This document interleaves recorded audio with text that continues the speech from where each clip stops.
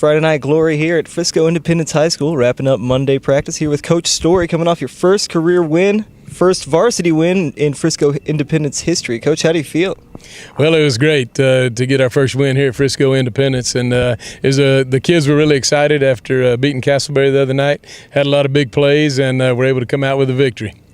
Coach, I looked at the stat line of that game, and it looked like aside from the safety early on, which Castleberry scored on, of course, there were no turnovers as opposed to last week's incident against Princeton. How do you build on a game with 0 turnovers and essentially put up 38 points in a great offensive game? Well, it was a point of emphasis for us all week was to take care of the football.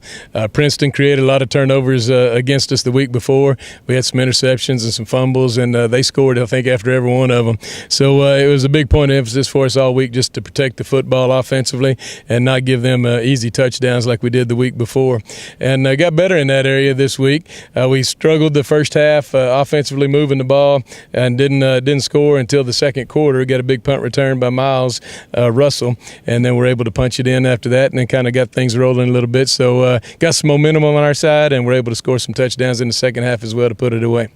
Well, Coach, district play is already upon us. How important was it to get that first W before district actually starts?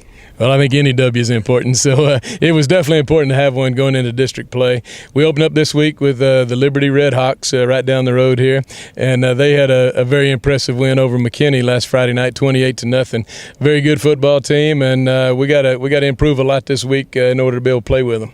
How can you build off of a win like this and actually start district play with 2 home games?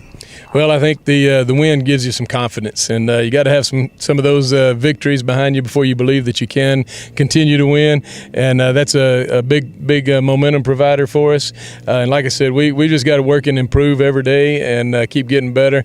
We got a lot of room to make up from some of the established programs like Liberty, and we're going to have to keep getting better in order to be able to play with them at all Friday night. Coach, what's your schedule like as practices go on for the rest of this week?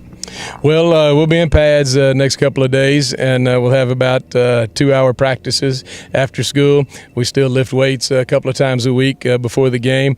And then Thursday, we do a walkthrough and a kick the field, go through all our special teams assignments, and make sure that we're mentally prepared to play the next night. So that's what we'll do the rest of this week, and then hopefully be ready to play great on Friday night.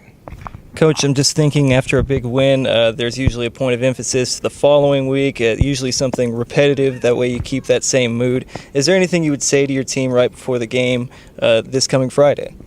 I hadn't really thought that far ahead yet, but, I think those pregame speeches are kind of overrated. The kids, most of the time, after the first time there's a hit or a collision on the field, they don't remember what was said in the locker room anyway. So it just comes down to who can block and tackle and execute out on the field. So we try to put an emphasis on that during practice time. It just comes down to who's going to play that next play for 6 seconds of relentless effort is what we like to say, and who can block and tackle the best.